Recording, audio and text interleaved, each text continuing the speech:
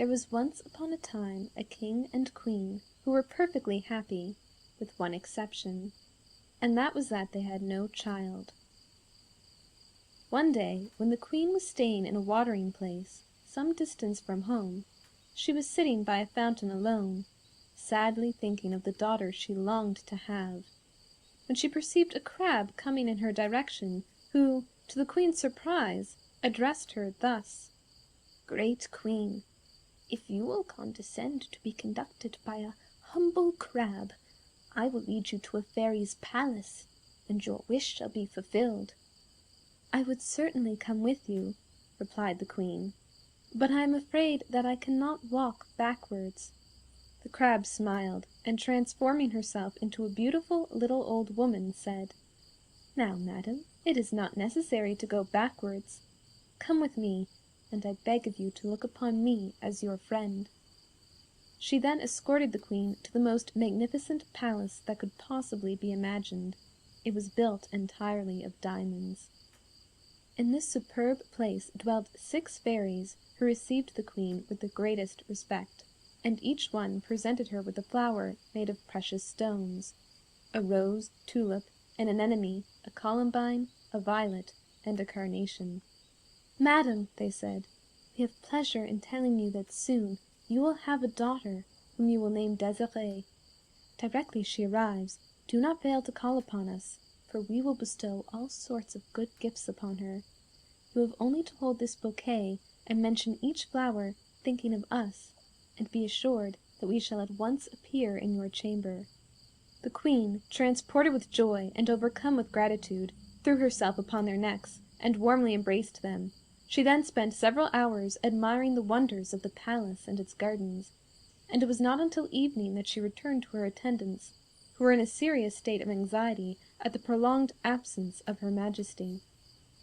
Not very long afterwards, when the queen was once more at home in her royal palace, a baby princess was born, whom she named Desiree.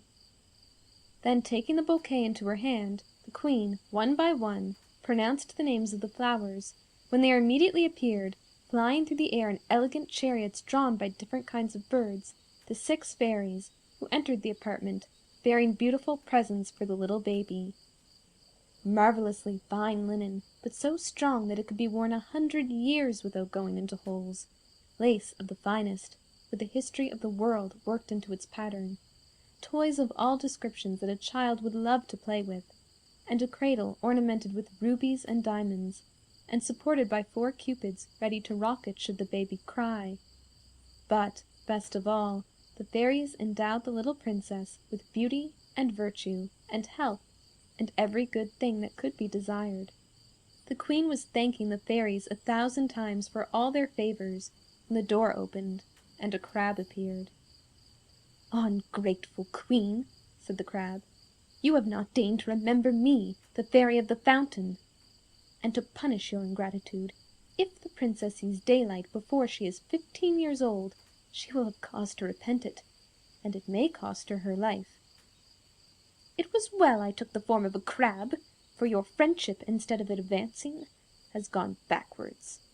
Then, in spite of all the queen and the fairies could say, the crab went backwards out of the door, leaving them in the saddest consternation, and it was long before they could decide what was best to be done. Then, with 3 waves of a wand, the fairies caused a high tower to spring up. It had neither door nor window. An underground passage was made, through which everything necessary could be carried, and in this tower the little princess was shut up, and there she lived by candlelight, where never a glimpse of the sun could come. When the Princess Desiree was 14 years old, the queen had her portrait painted, and copies of it were carried to all the courts in the world. All the princes admired it greatly, but there was one prince, named Guerrier, who loved it above everything. He used to stand before the picture and avow his passion, just as if it heard what he said, and at last he told the king, his father, "You have resolved that I shall marry the Princess Noire, but this I can never do, so great is my love for the Princess Desiree." "But where have you seen her?" inquired the king. The prince hastened to fetch her portrait, and the king was so greatly struck by Desiree's beauty that he agreed to follow his son's wishes, and break off his engagement with the Princess Noire, that he might wed the Princess Desiree. So the king dispatched as ambassador a rich young lord named Bécafigue. Bécafigue was devoted to Prince Guerrier, and he fitted out a most splendid retinue to visit the Princess Desiree's court. Besides numerous magnificent presents, Bécafigue took with him the prince's portrait, which had been painted by such a clever artist that it would speak. It could not exactly answer questions, but could make certain remarks.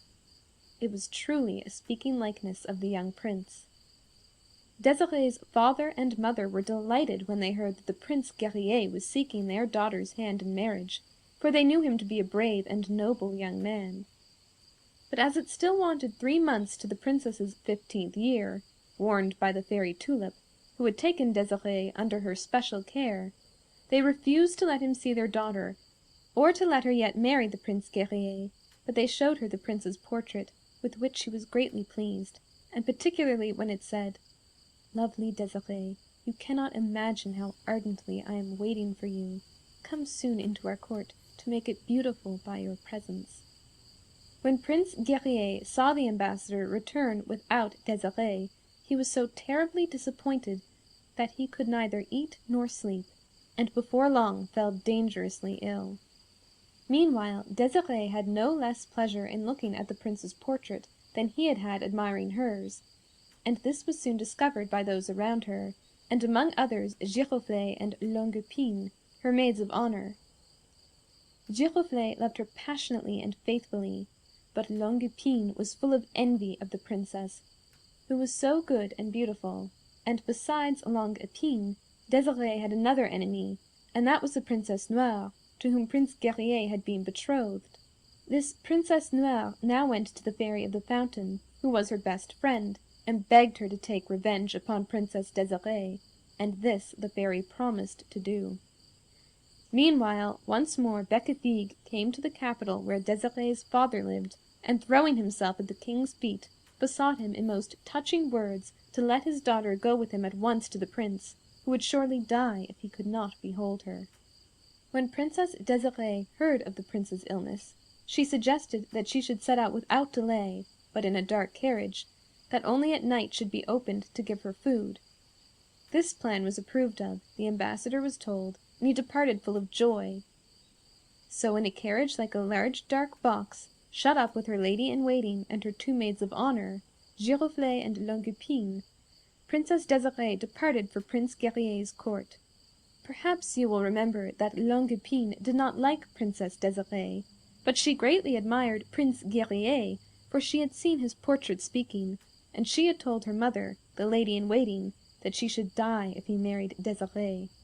The king and queen had begged the lady-in-waiting to take the greatest of care of their dear daughter, and above all to be heedful that she did not see the light of day until her 15th birthday, saying that the ambassador had promised that until then she should be placed where there was no other light than that of candles. But now, as they drew near their destination, while it was broad daylight, the wicked woman, urged by her envious daughter Longue-Epine, all at once took a large knife which she had brought for the purpose, and with it cut the covering of the carriage. Then, for the first time, the Princess Desiree saw the light of day. Hardly had she perceived it when, uttering a deep sigh, she threw herself from the carriage, and in the form of a white fawn fleetly fled into a forest near by. The Fairy of the Fountain, who was the cause of this disaster, seeing that all who were accompanying the princess were about to hasten to the town to tell the Prince Guerrier what had happened, called up a great thunderstorm, and scattered them in every direction. Only the lady-in-waiting, Longue-Epine, and Giroflée were left. Giroflée, who ran after her mistress, making the trees and rocks echo with her mournful calls. Then Longue-Epine clothed herself in the rich bridal robes provided for Desiree. She placed the crown upon her head, the sceptre and orb she carried in her hands, so that all should take her for the princess. With her mother bearing her train, she gravely walked in the direction of the town. They had not gone far when a brilliant procession came towards them, amongst whom was the sick prince in a litter, and to those in advance Longue-Epine announced that she was the Princess Desiree, with her lady-in-waiting, but that a jealous fairy had sent a thunderstorm which had destroyed her carriage and scattered her other attendants. When the prince was told of this, he could not refrain from saying to the messengers, "Now acknowledge, is she not truly a miracle of beauty, a princess beyond compare?" No one replied at first, and then one of the boldest said, "Sir, you will see. Apparently the fatigue of the journey has somewhat changed her." The prince was surprised, but when he saw Longue Epine, words failed to express what he felt. She was so tall that it was alarming, and the garments of the princess hardly came to her knees. She was frightfully thin, and her nose, which was more hooked than a parrot's beak, shone like a danger signal. Then her teeth were black and uneven, and in fact she was as ugly as Desiree was beautiful. At first the prince could not speak a word, he simply gazed at her in amazement. Then he said, turning to his father, "We have been deceived. That portrait was painted to mislead us. It will be the death of me." "What do I hear? They have deceived you!" fiercely exclaimed Longue Epine. "It is not to be wondered at," remarked the king, "that your father kept such a treasure shut up for 15 years." Then he and the prince turned towards the town, and the false princess and the lady-in-waiting, without any ceremony, were mounted each behind a soldier and taken to be shut up in a castle. Soon after his terrible disappointment, Prince Guerrier, unable to bear any longer the life at court, secretly departed from the palace with his faithful friend Bécafigue, leaving a letter for his father saying he would return to him as soon as his mind was in a happier state, and begging him meanwhile to keep the ugly princess prisoner, and think of some revenge upon the deceitful king, her father. After 3 or 4 days' journeying, the wanderers found themselves in a thick forest. Quite wearied out, the prince threw himself upon the ground, while Bécafigue went on further in search of fruit wherewith to refresh his royal master. It is a long time since we left the White Fawn, that is to say the charming princess. Very desolately she wept when in a stream she saw her figure reflected, and when night came she was in great fear, for she heard wild beasts about her, and sometimes forgetting she was a fawn, she would try to climb a tree.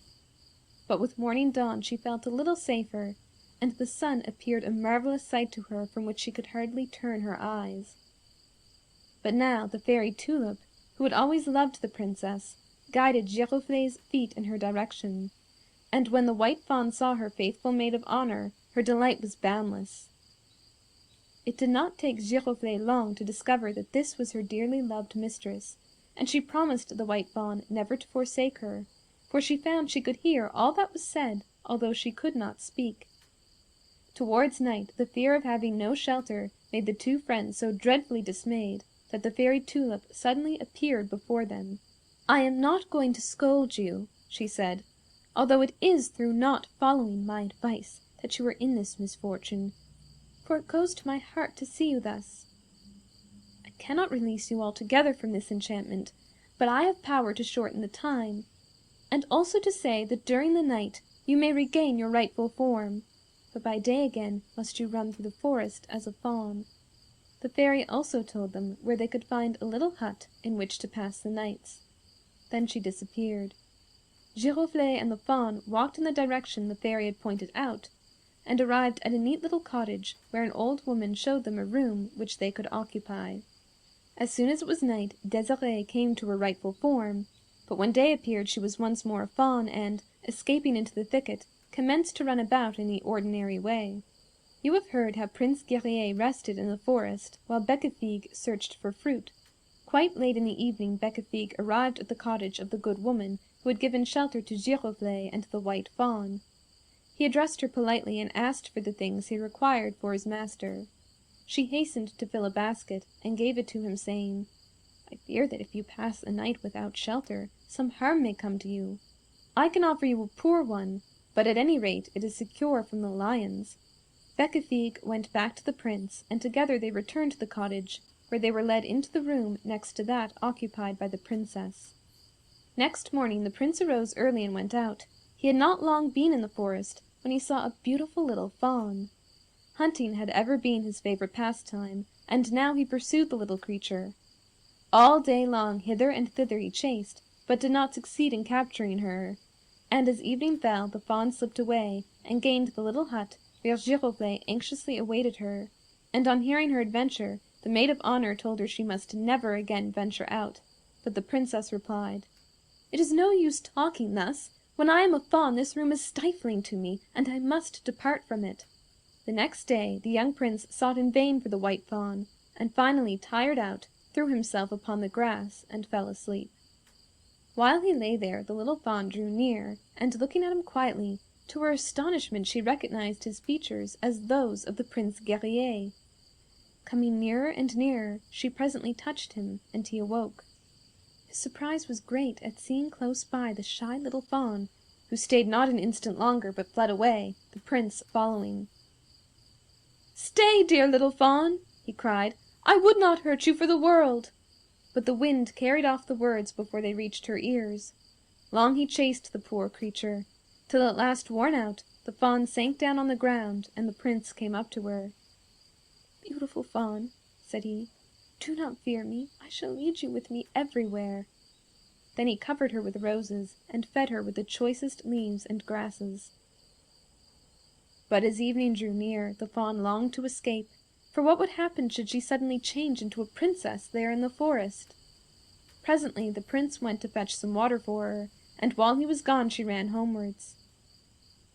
The next day for a long time she hid from the prince, but at last he found her, and as she dashed off he shot an arrow which wounded her in the leg. Sad that he should have done so cruel a thing, the prince took herbs and laid them upon the wound, and at last he went to fetch Bécafigue to help him carry her to the house. He tied her to a tree. Alas! Who would have thought that the most beautiful princess in the world would be treated thus? While she was straining at the ribbons trying to break them, Giroflée arrived, and was leading her away when the prince met them and claimed the fawn as his. "Sir," politely replied Giroflée, "the fawn was mine before it was yours." And she spoke to the fawn, and the fawn obeyed her in such a way that the prince could not doubt that what she said was true. Giroflée then went on, and to the surprise of the prince and Bécafigue, entered the old woman's house where they themselves lodged. Then Bécafigue told the prince that unless he was much mistaken, the owner of the fawn had lived with the Princess Desiree when he went there as ambassador. "I mean to see her again," said Bécafigue. "There is only a partition between her room and ours." And soon he had made a hole large enough to peep through, and through it he saw the charming princess, dressed in a robe of brocaded silver, with flowers embroidered in gold and emeralds, her hair falling in heavy masses on the most beautiful neck in the world. Giroflée was on her knees before her, bandaging up one arm from which the blood was flowing. They both seemed greatly concerned about the wound. "Let me die," the princess was saying. "Death would be better than the life which I lead. To be a fawn all the day, to hear him speaking, and not to be able to tell him of my sad fate." One can guess the astonishment of Bécafigue and of the prince. Guerrier would almost have died of pleasure had he not thought that it must be some enchantment. For did he not know that Desiree and her lady-in-waiting were shut up in the castle? He went softly and knocked at the chamber door, which Giroflée opened, thinking it was the old woman, for she required help for the wounded arm.